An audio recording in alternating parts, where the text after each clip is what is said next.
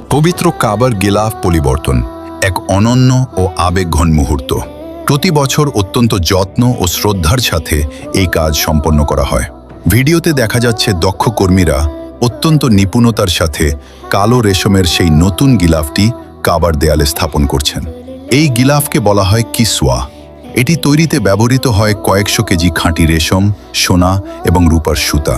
ক্যালিগ্রাফির মাধ্যমে সেখানে খোদাই করা থাকে পবিত্র কুরআনের আয়াত, যা কাবার মহিমা ও সৌন্দর্যকে আরও বাড়িয়ে তোলে। পুরাতন গিলাফটি সরিয়ে নতুনটি পরানোর সময় এক অপূর্ব আধ্যাত্মিক পরিবেশ তৈরি হয়।